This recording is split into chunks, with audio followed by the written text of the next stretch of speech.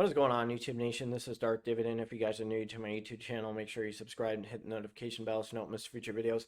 Do not forget to smash that like button. The more likes I see, the more comments and more involvement on this channel, the more I'm going to produce videos. And I do have in the community section, I posted a poll if you're interested in me doing shorts on dividend stocks. Basically, I'm just speaking my mind of really good dividend stocks to buy, and not a Patreon account either. So you're not paying for $5 a month on somebody's Patreon account or anything. I'm just speaking my mind and really good dividend stocks to buy, things that are basically I'm speaking my mind, kind of like how people do it on Patreon, but that you have to pay. Me, I'm just speaking my mind. Everything's free for you guys on this channel. But I have some cheap dividend stocks that are less than $20. These are 5 top dividend stocks to buy. And I'll do a review on a stock that was requested today. It's a high yield dividend stock, but we need to look into it with its dividend trends and how things are looking. But let's check out these stocks right now. The first one is Kinder Morgan, KMI. This is a very popular dividend stock amongst the dividend investing communities, and it's sitting at $17.81. So they're kind of specialized a little bit with pipelines. They haven't done well against the S&P in the past 5 years. They're a little bit down. They have increased their dividend, which I will show you their dividend history. But we need to look and see what's inside of them because there's a lot of negative press with pipelines shutting down and everything. We need to know, are these guys legit? Are these guys worth it? And how much money are they generating to have a safe dividend or have a consistent dividend? So that's what we want as dividend investors. We want the price per share. Sometimes it depends if you have a traditional or Roth IRA. Traditional or Roth IRA, you kind of like the price per share going up over time, the dividend going up, your net asset value. But, dividend stocks, stocks like Realty Income, I have no problem with it sticking at $67 and increasing its dividend up to 27, 28 cents a share because it's increasing its dividend and it's still a stagnant price, kind of like Kinder Morgan right now. And pandemic wise, it took a little bit of a hit and it was 12.35, but let's see what these guys are about before you start making a call. Is it really a good dividend stock to buy? Is it really worth it? So let's go on their website. Okay, so we're on their website, delivering energy to improve lives. Kinder Morgan is one of the largest energy infrastructure companies in North America. We own an interest in or approximately 83,000 miles of pipelines and 144 terminals. Our pipelines transport natural gas, gasoline, crude oil, CO2, and more. Our terminals store and handle renewable fuels, petroleum products, chemicals, vegetable oils, and other products. So let's see this real quick. So 40% of natural gas consumed in the U.S. is transported through our pipelines. Now let's think about this. Natural gas. So I'll just give you an example. My apartment complex, now we're pretty much run at the will of First Energy, but what happens with the utility company, the power goes out. Guess what's powering our apartment complex? Natural gas. Natural gas is needed and it's in demand. So 40% of all these, read it one more time, 40% of natural gas consumed in the U.S. is transported through our pipelines. They appear to be in demand. Let's look at their operations real quick. Now here's their asset map. That's pretty impressive, just the way the pipeline's running through everything. And I know that there's negative attention, stop the pipeline, this and that. But look at how powerful this is. I mean, this is storage, terminals. I mean, they have a map of everything that they have, oil fields. That's a very impressive geographic design for a company. Okay, so they're talking big game, showing you a diagram. This is where you have to be careful with everything that's going on. How are they doing revenue-wise? Okay, so Kinder Morgan, the revenue, okay? There was a decline in 2019, but there was an increase 2021 at 13.805 billion. In the quarter, there was 5.211 billion, which is a 67.77 increase year over year. So 40% of its pipelines are used in the United States. So that's pretty impressive. Now they're generating a ton of money, $11.7 billion. That's pretty damn good. Let's check out their dividend history. So this is why this dividend stock is on my radar. A consistent increase in dividends. It went from 20 cents, 25 cents, 26, 27 cents, 6.22% dividend yield, PE ratio 23.16, $17.83, annual dividend of $1.08. So it's consistent, it's increasing its dividends, and it's a very attractive stock. It's less than $20. That's a deal if you ask me. So this is why this one's on my radar. This one, I probably should add it either on M1 Finance or E-Trade. I do need to have like my energy section, and then I'll probably do financials in a bit, but I need to add my energy section. I want to get a little bit more on my communication sector before I jump the gun. Probably when I get to about 30,000, I'll probably add the energy sector and specialty stocks like this, Chevron, a few others. I need to lower the percentage in some of my dividend stocks, but this one needs to be in my portfolio, 6.22% dividend yield, and it's increasing its dividend. That is very attractive. It's less than $20. So how can I say no to that? Now again, I don't own it. None of this is financial advice. It's for entertainment purposes. But I'm looking at the trends, I'm looking at the revenue, and this is a very attractive stock. This is on my radar. I mean, I can maybe even buy it on E-Trade. Like, cause I just bought some Huntington Bank shares today, and I told you I was going to do that because of my YouTube shorts, and that was what's on my radar. This one is a beautiful dividend stock, and it's less than $20. How can I say no to that? Let's jump to the next dividend stock. The Regions Financial is sitting at $19.32. That's my next stock. So this is a cheap bank stock right now. Symbol is RF. By the way, Kinder Morgan is KMI. Regions Financial is a stock that I actually used to own. I bought the dip and then sold it and threw it in some rates. But now I need to focus a little bit more on the financial sector. I think the energy sector definitely need to tap into just because of the high yields, and that's what I'm looking for. You have the communication section going. I'm hoping, with crypto going crazy right now and jumping up, I might just back off of crypto a little bit and throw it in my dividend stocks. But Huntington Bank shares, definitely I'm going to start putting more in that. Regions is definitely on my radar. It has done pretty well against the S&P in the past 5 years. And it's, again, a 3% dividend yield. That's fantastic. And this is a stock that took a nosedive because of the pandemic and has rebounded very strong. So this appears to be not only, in my opinion, a good dividend stock, but not a bad stock for a traditional or Roth IRA because it's increasing its price per share. And I'll show you how it's doing overall with its dividend history, which makes it an attractive traditional and Roth IRA, which is the criteria that I look for. How is it doing against the S&P? Is it increasing its price per share? Is it increasing its dividend? Is it worth it? Is it absolutely getting your net asset value up? So those are the things that I look for when it comes to investing in stocks with a traditional or Roth IRA. I did, like I said, I sold Acorns. I can't stand Acorns. I highly recommend you guys to avoid that app like crazy. I need to do a video on those guys because I can't stand them. They're just ripping you off. But I sold all those shares, threw it into Prudential, and threw it in Fidelity into a traditional IRA because I was in a traditional IRA in Acorns. I didn't know what the heck I was doing in the beginning.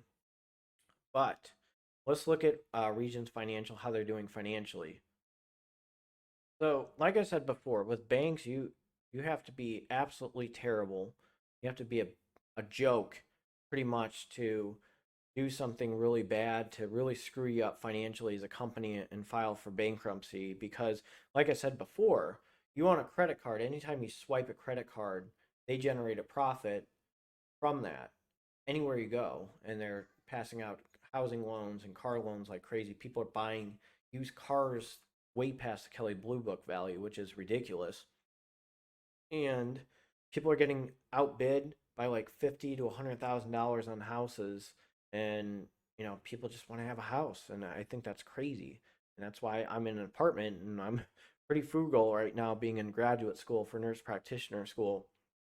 But um, the only way I see a bank failing is, or a bank being not in existence anymore, is if they get bought off by a juggernaut, say like somebody like JP Morgan buys off Regions Financial, or they do something really stupid. And I don't think they're going to do something really stupid, because honestly, banks are well organized. They've survived a pandemic, they survived a recession, and they adapted. They're a lot smarter than they were back then with passing out loans.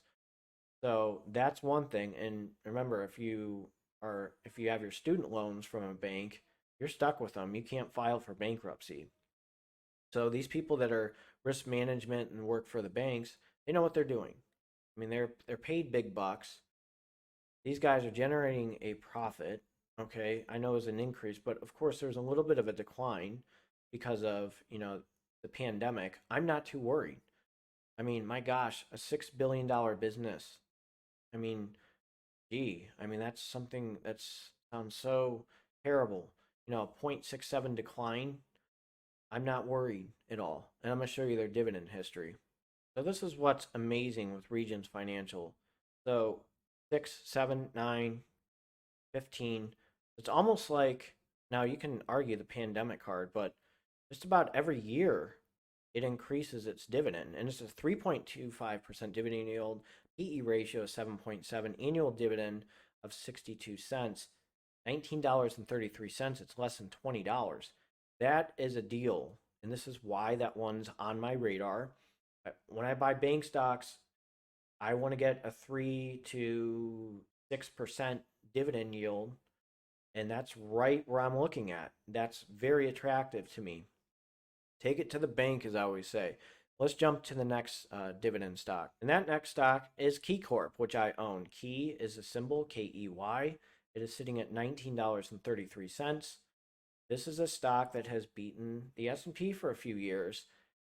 It's a bank stock, and it unfortunately during the pandemic took a little bit of a nosedive, but it is increasing its dividend over time. Its revenue has done very well. I just wanted to show you Regions Financial, but banks, I mean, like I said, you have to be really stupid. They're making so much money from credit cards. I mean, I have a KeyBank cashback card when I go to groceries, and I absolutely love it. It's like a 3% cashback and everything. If I or and if I gosh, what else is it? I mean, there's a few things that are really attractive with the KeyBank. I think it's 3%. But anytime they use that credit card, they make money. And swipe it, you make a payment online or something, and you're good to go. I mean, you are rolling. That's the thing that's very attractive about KeyBank. And I'm going to jump to its dividend history. So here we go. We got 17 cents, 18 cents. Eventually, it'll probably be 19. So let's see, I get my dividend declared 7.7. Get my dividend on 8/30, 8/31. That's like 10, 11 days after my birthday. August 20th is my birthday. I got we got a PE ratio 8.23%, dividend yield 3.87%, annual dividend of 74 cents. Oh, they're making money off of me from my car loan. I got a pretty cheap car loan from those guys. I bought a used 2012 Camry back in 2018. Payments are just about done. And look at this, an increasing dividend over time. Now, pandemic, I could see it just putting the brakes on from increasing a dividend, but it's doing a good job. as a stock. And again, they make so much money now. For a bank, you have to be crazy to do something stupid. I mean, I literally go in when I cash in my tuition reimbursement check to see so many people go like they're applying for loans, housing loans. I mean, these guys are probably racking a ton of cash from housing loans, car loans, student loans, loans for businesses. These guys know what they're doing.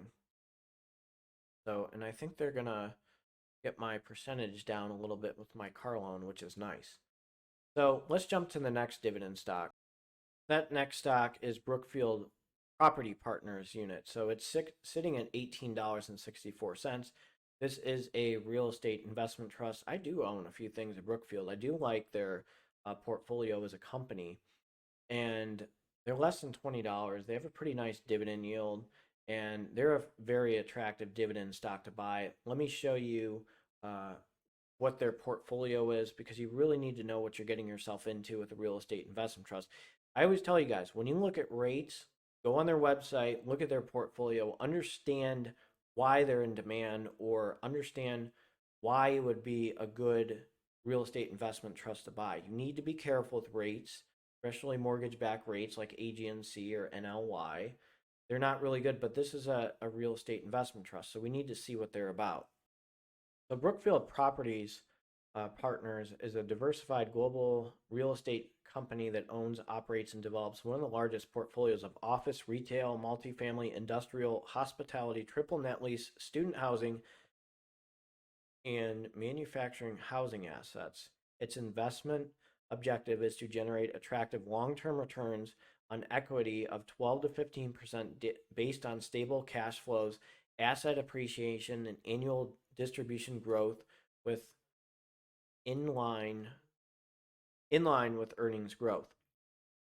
So, what are these guys about? This is the important part. Their sectors: office. Okay, we own, develop, management office properties in key gateway cities in the US, Canada, UK, Germany, Australia, Brazil, India, and South Korea. Office, 318 properties. Retail, 179 locations. Okay. Shopping, dining, entertainment, other activities. Multifamily, 156 properties. Okay. Residential apartment properties. Hospitality. That one's going to be a little bit down, but it's well diversified. Pretty well diversified. $210 billion assets under management, 24,400 operating employees. This is pretty attractive. Let's jump to their dividend history. I even jumped to this. I would like to introduce you to my Investor of the Week Dividend Cultivator. I'm going to post his stuff on the comment section. He has some really good stuff if you guys are interested in kicking up really kicking up a notch with your dividend investing strategy. He has some really good tools for you if you're interested. I'll post the link there. Just check it out. I mean, you may be interested. It may help you, may not. But everybody that has bought that, his reviews have been fantastic from people who have bought his works and people that I collaborate with. And if I post their links in the comment section, I believe in them and I believe in their works, and that's why I'm having them as the Investor of the Week. Another thing is I will do a review with another stock at the end. So the dividend history is 28, 29, 31, 33. So slowly it's at 33, 3.57% dividend yield. It's sitting at 18.68%, annual dividend of 66 cents. Not bad. I do own this one. I just kind of like the 3 to 5% range. Don't quote me on this, but I may make some decisions and throw it into MPW. But I really like this dividend stock. I probably should hold on to it. I haven't made a complete decision yet with investing in the stock.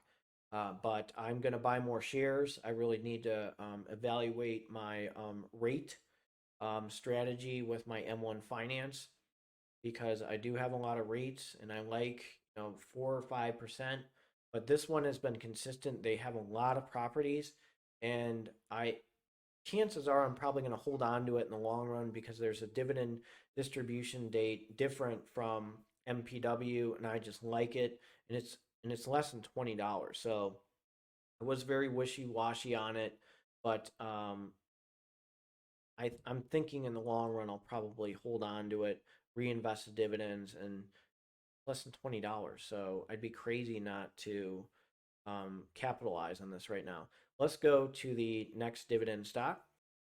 Next one would be Physicians Realty Trust. It's sitting at $18.79.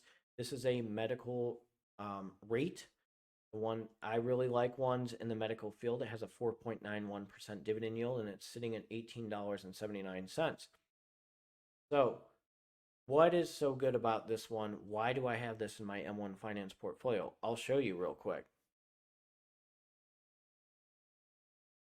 Again, I'm going to post a review of one stock, a wildcard stock, after this. So make sure you stay posted on the site, and don't forget to smash that like button. And again, make sure you hit that notification bell so you don't miss future videos, and subscribe. So we invest in better medical providers, developers, and shareholders to realize better healthcare, better communities, and better returns. Here's how. So they acquire buildings, and I'm going to show you their portfolio real quick. They have properties like health centers, which is single tenant, multi-tenant centers. They know what they're doing. Medical buildings, medical plazas, Doctors United, specialty centers. So they know what they're doing. There is going to be security with that because people need healthcare providers. So St. Vincent Women's Center, St. Vincent Fisher's Medical Center, Baylor, Scott and White, Charles Salmons Cancer Center. So this is huge. I mean, pediatrics specialty center. So they have multi-tenant buildings that are going to be in demand. Okay, pediatrics specialty center. What else we got? Springwood Mob. These are beautiful buildings too. I really like it. Now, let's check out its dividend history. I like this increase in dividends, 22, 23. PE ratio is a little high, 60.74. Dividend yield, 4.88%. Annual dividend, 92 cents, $18.79. You have an increasing dividend over time, which is nice. Not too fast, but it's right at 23 cents. You're getting a good bang for your buck. And all these stocks are less than $20. So again, 22 cents, 23, kind of brand new, 2013, and they survived a pandemic, which is great. That's the first true test of these guys as a dividend stock. Let's jump to the wild card stock. This one's a little interesting. This is a Brazilian mining stock, Vale, V-A-L-E, I think that's how you say it. So this is very interesting. It's a big mining company, and it's actually increasing its price per share, a dividend yield of 7.16%. Now, I like 3 to 5 or above. We need to start seeing what is going on with these guys. Are these guys worth it? 7.16%. You have to be careful. You have to study it carefully. Okay? I like one trend. It's increasing its price per share. Something's right with these guys. You need to look at how they're doing financially. You have to be a little bit more in-depth and closer when you look at stocks like this. So, $22.54. What else does it carry? We need to look into that. So 12.645 billion, 81.45% increase year over year. There's an increase. I like that. Annual revenue is increased each year. Okay. So we're studying this. I like going to macro trends when I look at stocks. So there's an increase. All right. According to NASDAQ, that it looks like they they bumped it to 5.9%, $22.57. Again, it's less than, what I was saying, or I'm sorry, it's more than, $20. Dividend trends, 17 cents, 9 cents, 4 cents, 23, 9. I don't know yet. I mean, it's a dividend. It's looks like its revenue is pretty good. Are the dividends consistent? Yes. Could you take a risk with this stock? Yes. Is it in demand? It appears to be in Brazil. PE ratio 11.03, annual dividend 129. I don't like the trends. I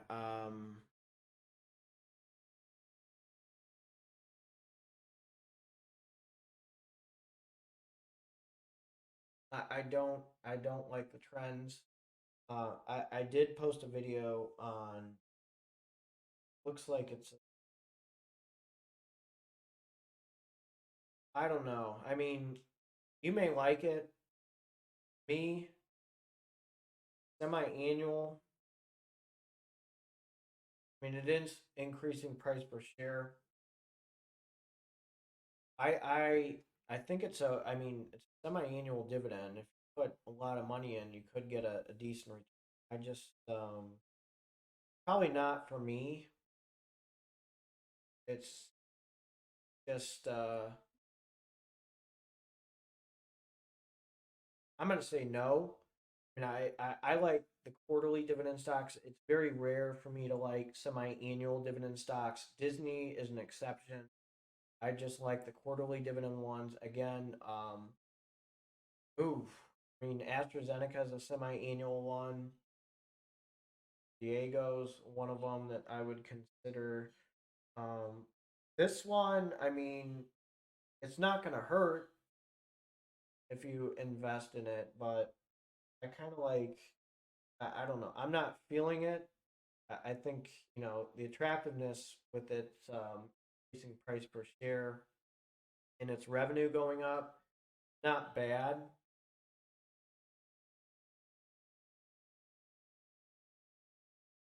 Yeah, I mean, it's not a bad decision. Again, none of this is financial advice. I mean, it's to think about it strategically. It's not a bad buy. Me personally, I'm gonna say no. I'm sure there's a lot of people that own that stock. I'm sure if you Google search it, people say it's a great dividend stock to buy, being semi-annual. 8, 12, and 9, 3 and 6. I don't know. You guys tell me in the comment section what you think of this one. I'm very, I don't know. It's something to look at. I'd have to really study the dividend history of it. It's just, I'd have to do more research on it and make a call. I wouldn't. It's just me. I'm sure people have invested in this and made very good money. But 5.9, a semi-annual, little iffy. I'm a little iffy on it. So let me know what you guys think in the comment section. Again, if you guys are new to this YouTube channel, make sure you subscribe and hit the notification bell so you don't miss future videos.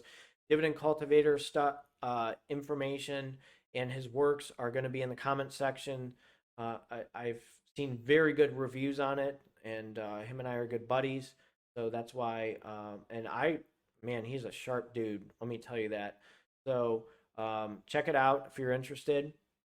And again, you guys have been amazing on this channel. We're almost at 5.1K subscribers. I'm getting there. So I made it to 5,000. You guys have been fantastic. And I'm going to keep on going. And I'll post another video tomorrow. So you guys take care and have a good one.